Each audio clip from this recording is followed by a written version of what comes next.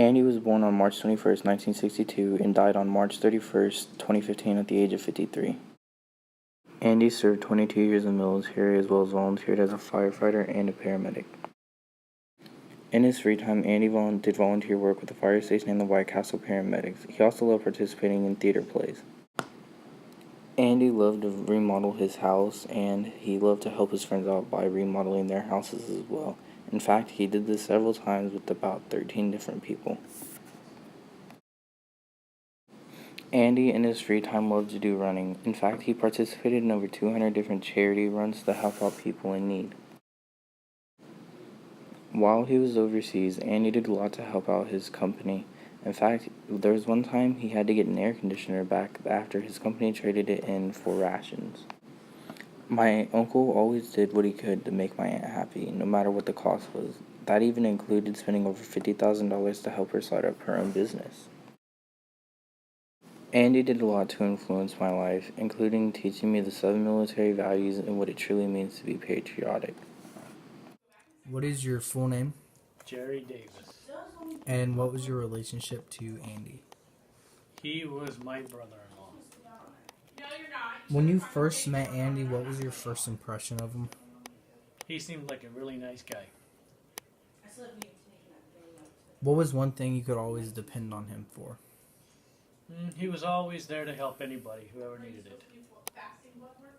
And did he influence your life in any way? And if so, was it positive or negative? I would say it was positive. He always told us to go do what we felt we needed to do in life.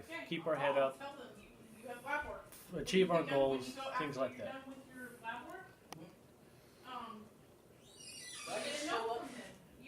Describe how you feel about Andy. I miss him. He was a great guy. So if he was here today, what would you tell him? I would tell him thank you for everything that he's helped everybody out with, for being there, and for being a good friend. And how do you think he would feel about the decisions you've made in life recently? Whether it be with a job or something with family? I think he'd be happy with everything that's turned out. All right. Thank you for your time. You're welcome. What is your full name? Xavier Michael Holochek the first. How would you describe your relationship to Andy? He's my uncle, so that's my relationship with him. Did he change your life in any way? Not really. I mean, he taught me how to drive, which changed my life, because now I know how to drive, and I didn't before him. But, even though he was a great person in life, I don't know. I just didn't spend as much time, enough time with him for him to actually have a large impact on my life. So how would you describe Andy? A caring person. He was very thoughtful of others and their feelings, and he was extremely wise, beyond his years. He knew the right things to say and when to say them. And if you could say one last thing to him, what would it be? Shouldn't have had me hit the brakes when we did that one time. All right. Thank you for your time. What is your full name? Stacy Davis. And what was your relationship to Andy? He was my brother-in-law. Okay. So when you first met Andy, what was your first impression? I kind of thought he was kind of like a father figure, more so than a brother. So in that case, how would you describe Andy? He was very wise. He was a very nice man. I would definitely say that I think more people need to be like him. He treated everybody with the utmost respect. Many of us could not even come close to ever being as respectful as that man was towards everyone he came across. Did he change you in any way? I would like to think so. I think that at times I try to think about how I am being towards people and try to be a little bit more Andy-like and be nicer and be more respectful towards others. I know that I fall short way more than he could have ever been, but I at least try. I know I need to try harder.